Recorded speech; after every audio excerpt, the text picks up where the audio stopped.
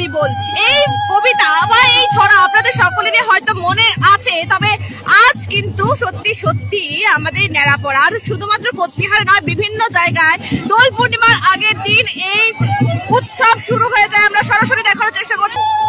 দোল উৎসবের আগে মুহূর্তে বিশেষ পুজো, আর বিশেষ পুজোর পরেই কিন্তু এবারে হোলিকা দহন বা বুড়ির ঘরের ন্যাড়াপোড়া। আমরা সরাসরি সেই প্রচুর মানুষ কোচবিহার রাসমেলা ময়দানে এই মুহূর্তে ভিড় করে রয়েছে।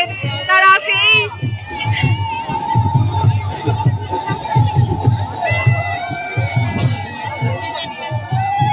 এবং প্রত্যেকের কাছে যাবেন। মদন মোহন দেব নিজের গর্ভগৃহ থেকে বেরিয়েছেন, খুব কম সময়ে তিনি বেরোন, বছরে 3 থেকে 4 বার। তবে এই যে হোলি উৎসব, প্রত্যেকের হাতে আবির রয়েছে, প্রত্যেকের কাছে যাবেন, পূর্ণার্থীদের কাছে যাবেন। যেমন রথযাত্রা, সেই রথযাত্রার দিনও কিন্তু ভক্ত সাধারণের কাছে নিজে আসেন ভগবান। আর সেই ক্ষেত্রে কোচবিহারের মদন মোহন দেব আবারও কিন্তু আজ নিজের গর্ভগৃহ ছেড়ে মানুষের কাছে যাবেন এবং সেই আবির প্রত্যেকে মদন মোহন দেবের পায়ে ছুঁয়ে এই দোল উৎসব শুরু হবে। দেখতেই পাচ্ছেন প্রত্যেকের হাতে আবির রয়েছে এবং ঘুরে ঘুরে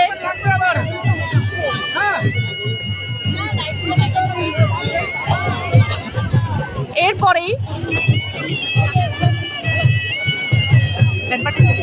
আপনারা না একটু পিছনে থাকবেন, কারণ আগুনের হাওয়াটা এদিকে আছে, পুলিশটা কিন্তু এদিকে আছে। হ্যাঁ, কোনো অ্যাক্সিডেন্ট যেন না ঘটে, একেবারেই কোনো রকমের যেন বিপত্তি না হয়, বারবার করে বলা যে যেন একটু দূরে থাকেন। এই বুড়ির ঘরের ন্যাড়া পোড়ানোর সময় যে কোনো সময় হাওয়া যেহেতু বইছে,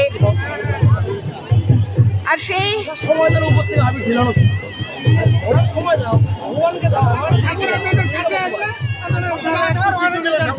একদমই এবারে কিন্তু ভক্তের কাছে ভগবান আবারও একবার মদন মোহন দেব সকল ভক্তদের কাছে যাবেন। ইতিমধ্যেই ন্যাড়া ভক্তের মাঝে ভগবান, তার অপূর্ব দৃশ্য শুরু হলো দোল উৎসব।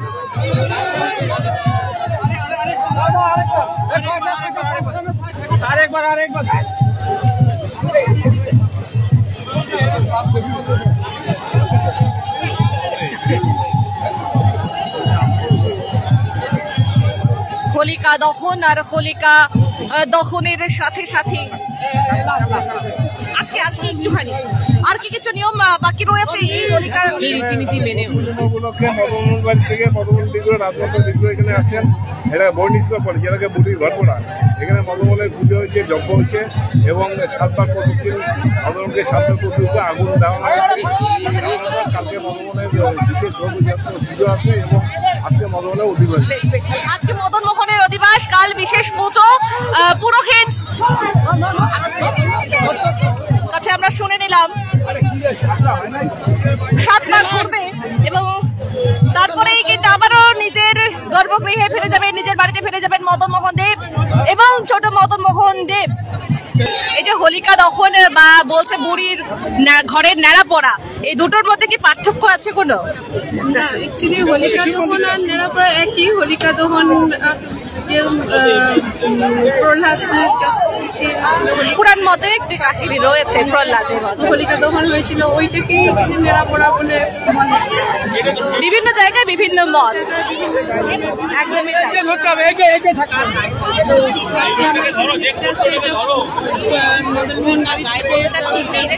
সংলগ্ন জায়গাতে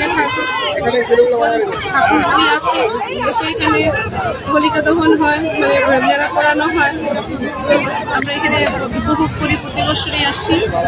এখানে দেখা যাচ্ছে যে হোলি উৎসবের শুরুতেই প্রথমেই কিন্তু আগুন না নিভতেই এই যে মানুষজন ঝাঁপিয়ে পড়ছে, এটার পিছনেও কি কোনো কারণ রয়েছে? কি কারণে তারা নিয়ে যাচ্ছে জিনিসগুলো? এটা কি ধর্মীয় বিশ্বাস রয়েছে যে জিনিস? ধর্মীয় বিশ্বাস, মানুষের একটা ধর্মের উপরে একটা বিশ্বাস আছে, এই ধর্মীয় বিশ্বাসের উপরে ভিত্তি করে এই ন্যাড়া পড়ানোর বুড়ির ঘরের অবশিষ্ট অংশ বাড়িতে রাখলে শুভ হয়, এরকম একটা বিশ্বাস। বিশ্বাসে সবাই মানে, যার জন্য সবাই নিয়ে যায়। আপনার নামটা দিন? আমার নাম আমরি ঘোষ, আমি নতুন বাজার ঘোষপাড়া থেকে। অসংখ্য ধন্যবাদ আপনাকে। আমরা কিন্তু কিছুটা শুনে নেওয়ার চেষ্টা করলাম। সত্যি তাই, এই যে ধর্মীয় বিশ্বাস, আর সেই ধর্মীয় বিশ্বাসেই কিন্তু প্রত্যেকে বুড়ির ঘর